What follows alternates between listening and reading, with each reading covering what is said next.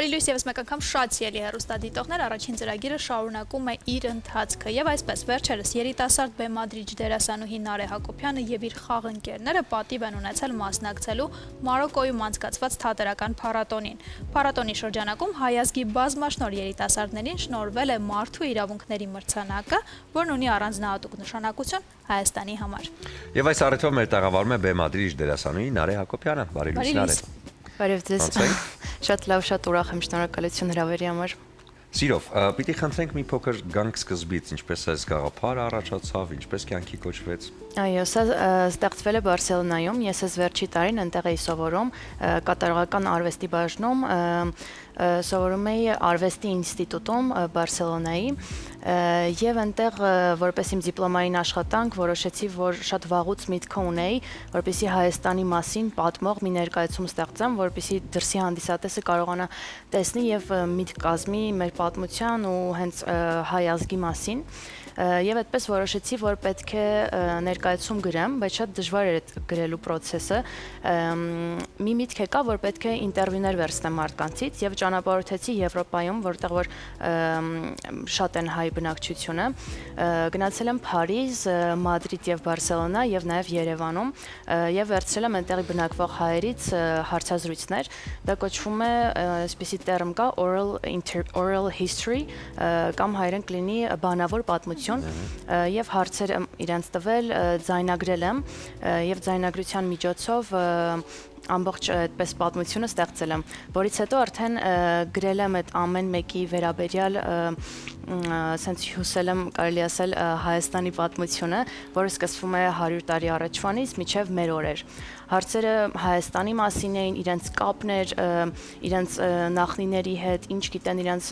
պատմության մասին, ընտանեկան պատմության մասին ու արդյոք հայերեն լեզվին տիրապետում են ինչ-որ չափով թե ոչ, որտեղ ոմանք այնտեղ կային, որ հայերեն ընդհանրապես չէին խոսում, ինչա հետաքրքիր դրսում ապրելով,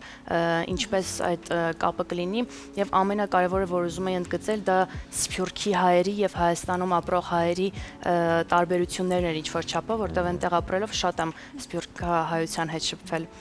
Եվ հետաքրքիր է արդեն ներկայացումը գաղափարից, երբ դարձավ արդեն իրականություն, տարաք Մարոկկո, ներկայացրեցիք Մարոկկոյի փառատոնում եւ նույնիսկ մրցանակի արժանացաք։ Հիմա այս ամենի մասին էլ։ Այո, նախ սկզբում Բարսելոնայում խաղացինք այնտեղի հանդիսատեսի համար, բավականին դժվար էր, բայց այնտեղի հայությունը մեզ շատ օգնեց, որի համար շատ ուրախ եմ ու շնորհակալ եմ իրենց։ Իսկ Մարոկկոն այնպես ստացվեց, որ այնտեղ կա մի ֆեստիվալ, որի անունը Ֆիտուտ է։ Անցած տարի, եթե չեմ սխալվում, արդեն մի Հայաստանից մի խումբ այնտեղ գնացել է եւ որոշեցինք, որ մենք էլ դիմենք, մեզ ընդունեցին այնտեղ եւ այդպես գնացինք, շատ լավ անցավ, այնտեղ ստացանք, ինչպես ասացիք, մարդու իրավունքների մրցանակը, որը ինձ թվում է Հայաստանի համար շատ կարեւոր է դա։ Պատմություն այսպես ներկայացնում մի փոքր պատմեմ, կարպետի վրա է ամբողջ ներկայացումը տեղի ունենում եւ վերնագիրը հենց կարպետ է, որտեվ ինձ թվում է, որ կարպետը այդ ամենաշատ սիմվոլիկ Հայաստանը ներկայացնելու իրն է։ Միտքը նաև, որ երկու հայ աղջիկ, Լիզան Մադրիդում ապրող հայ է եւ այս ընթացքում իր հետ եմ ծանոթացել, դերասանուհի է այնտեղ։ Ես եւ Լիզան ոնց որ դրսի հայ եւ Հայաստանի հայ փորձում ենք ամբողջ ընթացքում պայքարել, որպեսզի կարպետից դուրս գանք եւ դրսում գտնվում է թշնամին։ Կարպետը մի sense մետաֆորիկ տարածք է, փոխաբերական իմաստով, որը ասում է, որ ոչ թե դրսում ինչ որ մի կոնկրետ տարածք է, այսինքն դրանով մենք համ արևմտյան Հայաստանն ենք ինչ որ տեսարաններում ցույց տալիս, համ դա Արցախն է, ես հիմնականում շատը ոգեշնչվել եմ Արցախի վերջի իրադարձություններից, որտեղ մարդիկ ամիսներ շարունակ գտնվում էին շրջափակման մեջ եւ այդ պայքարն ենք ցույց տալի հայկական ազգագրական պարերով ու երգերով եւ Բարսելոնայում պարերի հարցում Անահիտը ինձ օգնեց շատ, իմ մտերիմ ընկերուհին, այդ ընթացքում ինքն էլ էր այնտեղ սովորում, նա Մոսկվայաբնակ հայ է եւ ինտերվյուներից մեկը իրանից եմ ես վերցրել։ Նա այնտեղ մի խմբում էր գտնվում, որտեղ ազգագրական պարեր էին ապարում ու ինքն ինձ ոգեշնչեց, որ այս տարիների ընթացքում ես էլ սովորեմ։ Մեզ շատ օգնեց այդ հարցում եւ ես անպայման ուզում էի, որ Անահիտը բեմում լիներ, բեմում դափ են վագում։ Ես բոլոր ոնց որ ռեկվիզիտները Հայաստանից իմ հետ տարել էի, կարպետը նույնիսկ Բարսելոնայի տարել, հետո Մարոկկո եւ ամեն իր մի պատմություն ունի էլի իր հետ։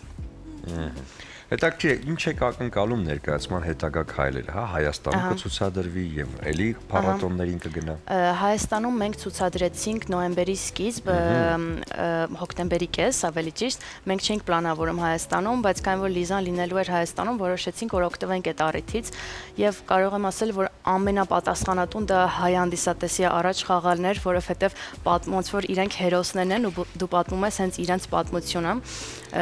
շատ լարված էինք ու ինչը Հայաստանում շատ փոխվեց, դա այն էր, որ երաժշտություն ավելացրեցինք, Սիփանը ինձ շատ օգնեց իմ մտերիմ ընկերը, որ երաժիշտ է տաղանդավոր, ներկայացման մեջ ավելացրեցինք շվի եւ ինքը շատ հատվածներում շվի է նվագում եւ երգչախումբ եւ արդեն այդ նորարարություններով ոնց որ գնացինք մենք Մարոկո, ցավոք երգչախմբի անդամներին չկարողացանք մեր հետ տանել, բայց ձայնագրեցինք իրենց եւ ասում եմ միշտ, որ այդ երգչախումբը ոնց որ լրացրեց ամբողջովին, շատ շնորհակալ եմ իրենց մեր հետ լինելու համար։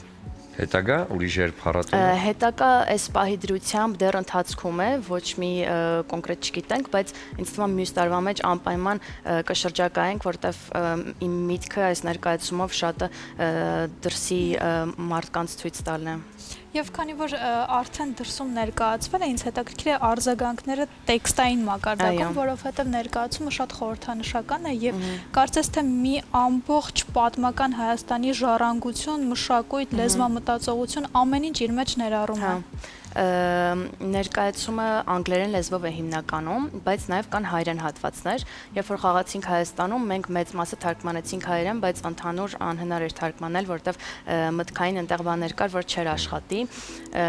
Իսկ Մարոկոյում արդեն մի քանի մասը ֆրանսերեն ենք ավելացրել, քանի որ նաև Ֆրանսիայում եմ ես սովորել եւ տիրապետում եմ լեզվին, որոշեցինք օգտվել այդ առիթից։ Արձագանքի առումով ես ամենաշատը նրանից եմ ուրախացել, որ ամեն ներկայացման վերջում, եթե մարդ կա, որ անգլերեն լեզվին չի տիրապետում, իրանք բոլորը ասում էին, որ կարևոր չի մենք հասկանանք լեզուն, մենք ամբողջ պատմություն ուղղակի նայելով հասկանում ենք։ Եվ այդպես արձագանքը շատ տարբեր էր ամեն երկրում, Մարոկոյում ինչ-ինչ շատ տպավորեց այն էր, որ մենք այնտեղ շատ մեծ թատրոնում էինք խաղում, Տանջեր քաղաքի կոչվում է ոնց որ թատրոնի ամրոց, այսպես ասած, իրենց ամենամեծ թատրոններից է, եւ այս ներկայացումը ոնց որ ավելի փոքր տարածքի համար է նախատեսված, ավելի ինտիմ, հանդիսատեսը մոտ է, այսպես կողքերն են նստում եւ այստեղ, եւ այնտեղ բեմի վրա մենք խնդրեցինք աթոռներ դնենք, որ հանդիսատեսը մեզ ավելի մոտ լինի, եւ ընթացքում որ խաղում էինք, ինձ աչքերի մեջ էինք խոսելուց նայում ու տեսնում էինք, թե ինչ ուշադիր են լսում, ու ասեն ժպտալով մեզ էին նայում, այդ շատ էր ուրախացնում, նաեւ Մարոկոյում ինչն էր կարևոր այնտեղ, որ իրենք ունեն շատ հարուստ պատմություն ու իրենք էլ ունեն կարպետի հետ կապված հենց պատմություն, այնտեղ քաղաքով որ քայլես դու կարպետի շատ խանութներ կտեսնես ու որ մտնես ներս քեզ անպայման կպատմեն այդ կարպետի մասին եւ հետաքրքիր էր որ իրենք հարազատ զգացին իրենց պատմությանը էլի։ Շնորհակալություն այս առավոտը մեզ հետ սկսելու համար, մենք ներկայացմանը մեծ հաջողություններ ենք մաղթում, ինքը հաջող ընթացք արդեն սկսել է, թող մինչև վերջ այդպես հաջողել ընթանա։ Շատ շնորհակալ եմ։ Եվ քանի որ ներկայացումը ինքը ամբողջությամբ էմոցիաների ու տրամադրության վրա է եւ փոխանցում է, մենք էլ ուզում ենք ձեզ էմոցիաներ փոխանցել, արևոք բացիկներն են, որոնք վերնագրված են սիրում եմ, եւ համոզված եմ, որ ձեր կյանքում կհայտնվի կամ արդեն եթե հայտնվել է այն մեկը, ում կասեք սիրում եմ այս կախարդական բառը, եւ այս բացիկի բառերն էլ Արամ Էմպետրի երգից են կուզես աշխարհն առանց քարտեզ, դու միայն ասա ինչ որ կուզես։ Ցանրիկ այն մարդուն ով ձեզ համար այս բառերն է նշանակում եւ հաջողություններ հետագա աշխատանքներում։ Շնորհակալ ենք ձեզ շատ։ Դե ինչ, հիմա կարճ դադար, որից հետո վերադառնանք եւ շարունակենք։